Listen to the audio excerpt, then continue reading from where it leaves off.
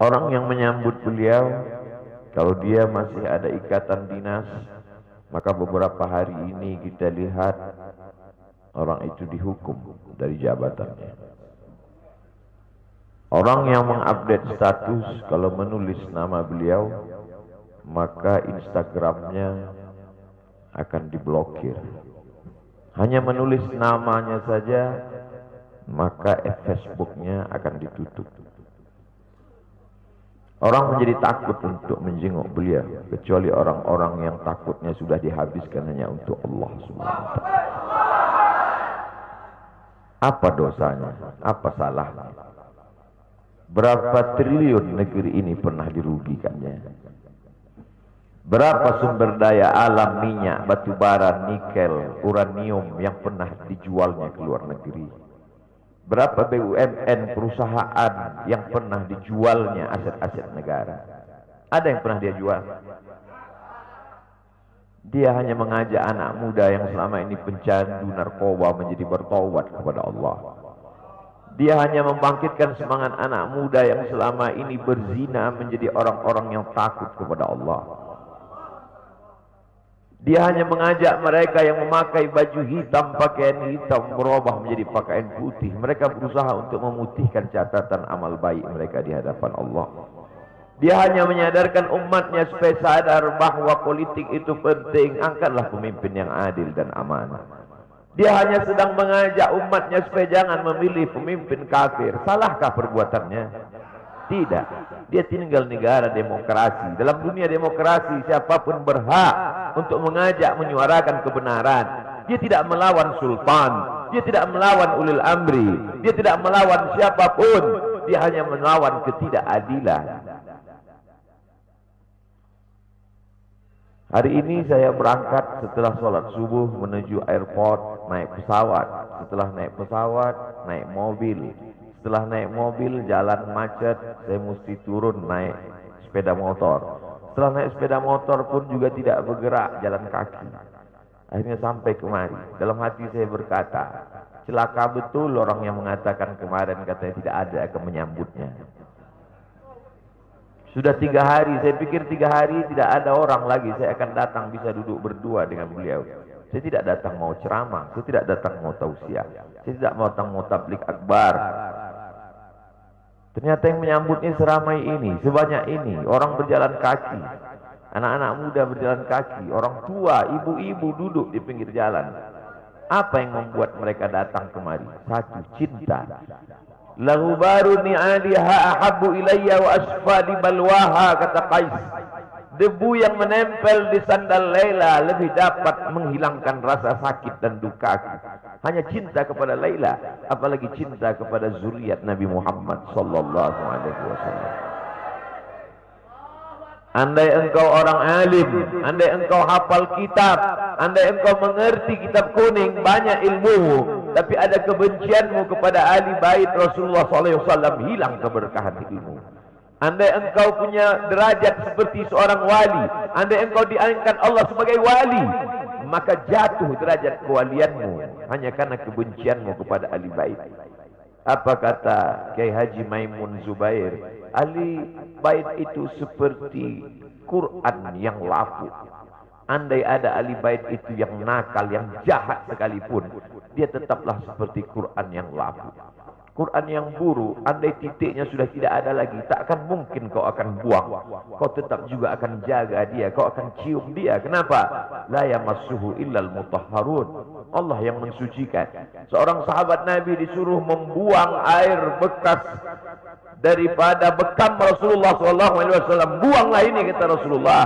Lalu kemudian beliau pergi ke belakang. Setelah itu dia datang lagi menghadap Rasulullah SAW. Rasul tahu apa yang dia lakukan, karena Nabi dapat wahyu, Nabi terbuka hijab. Tapi Nabi ingin bertanya kepada dia. Bukan Nabi tidak tahu, Nabi tahu, diberikan Allah pemberitahuan. Nabi ingin memberitahu siapa yang tidak tahu. Kemana darah bekam tadi kau buat, kata Nabi. Ku minum ya Rasulullah. Mengapa engkau minum? Karena aku tahu bahwa darah yang mengalir dalam diriku membuat aku haram tersentuh api neraka.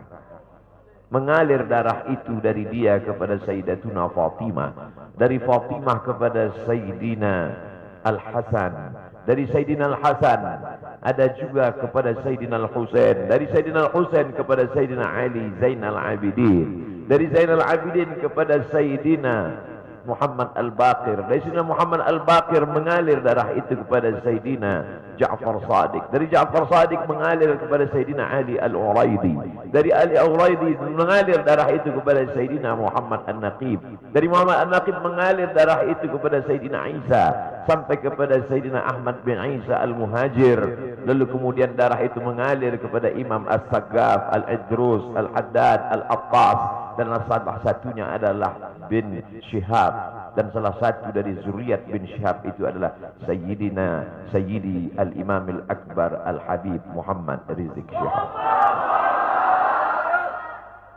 Kalau mau hidup tenang, beliau sudah tenang dengan anak menantunya, dengan cucunya, dengan ilmunya.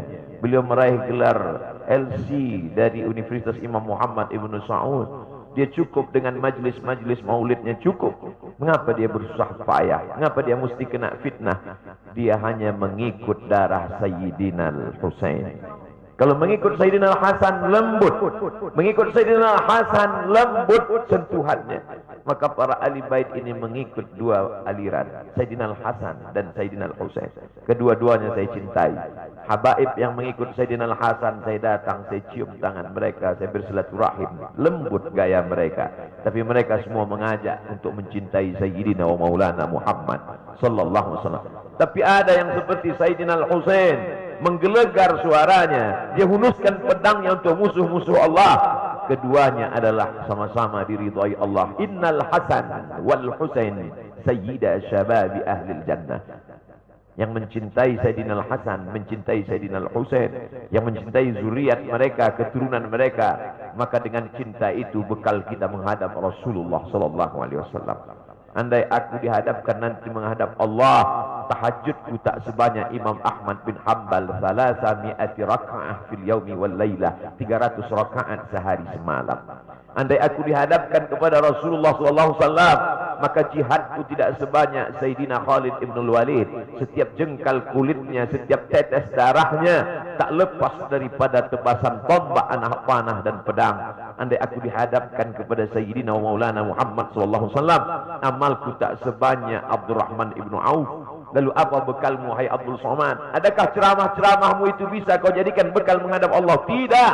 Sebagiannya sudah diambil oleh tatapan mataku melihat berapa subscriber, follower, dan viewer. Abdul Somad mungkin habis amalnya sudah ria. Satu-satunya yang akan kujadikan bekal menghadap Rasulullah hanyalah aku pernah mencintai keturunanmu. Aku pernah mencintai zuriat.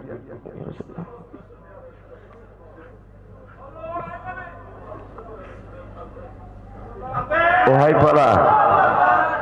para pelaku pembuat dosa, wahai para pezina, wahai para peminum khamar yang belum bertaubat, kalau kalian belum sanggup untuk berbuat baik, kalau kalian belum mampu untuk beramal saleh, paling tidak jangan kalian sakiti zuriat Rasulullah. Jangan kalian keluarkan kata-kata, jangan keluarkan kata-kata fitnah. Bagaimana kalian akan menghadap Rasulullah? Bagaimana kalian akan menghadap Rasulullah? Pada saat itu seluruh umat berkumpul menghadap Nabi Adam alaihissalam. Kami tidak sanggup berdiri di padang mahsyar ini, wahai Adam. Menghadaplah kepada Allah. Kata Adam, aku tidak sanggup menghadap Allah. Karena dulu Allah berkata, la taqraba hadhihi syajarah. Jangan kau dekati pohon kuldi ini, tapi aku malah memakannya, ya Allah.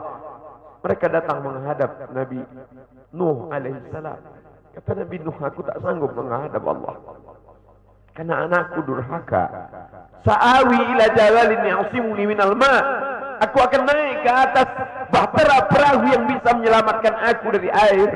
Aku tak sanggup menghadap Allah, kata Nabi Nuh alaihissalam. Mereka menghadap kepada Nabi Musa, aku tak mampu, kata Nabi Musa. Mereka menghadap kepada Nabi Isa, aku pun malu kepada Allah, karena aku mereka jadikan sembahan di atas muka bumi Allah. Mereka hanya mampu menghadap Sayyidina wa Maulana Muhammad sallallahu alaihi wasallam.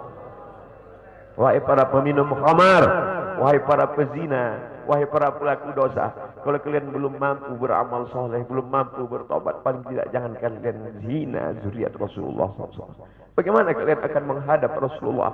Pada saat itu tak ada syafaat. Man dzalladzi yashfa'u 'indahu illa bi'iznih. Tak ada satu pun yang bisa memberikan syafaat kecuali Sayyidina wa Maulana Muhammad sallallahu alaihi wasallam. Wahai para pemimpin, yang hari ini kau dititipkan amanah kekuasaan. Beberapa hari ini kau lihat apa yang dilakukan orang pada Donald Trump.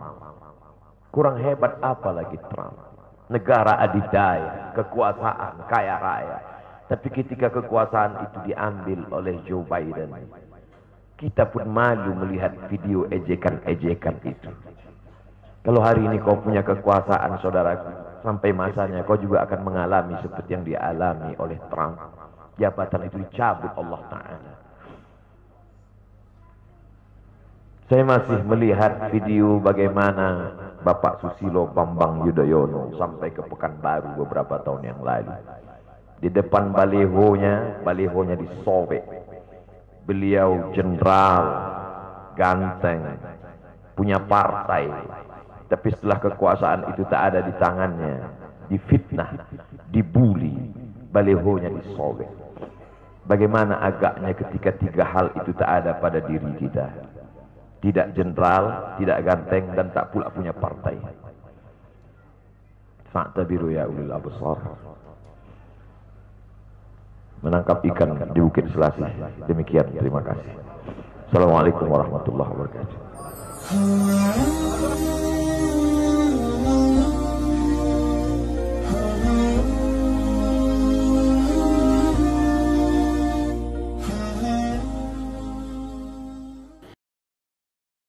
لا إله إلا الله لا إله إلا الله لا إله إلا الله محمد رسول الله لا إله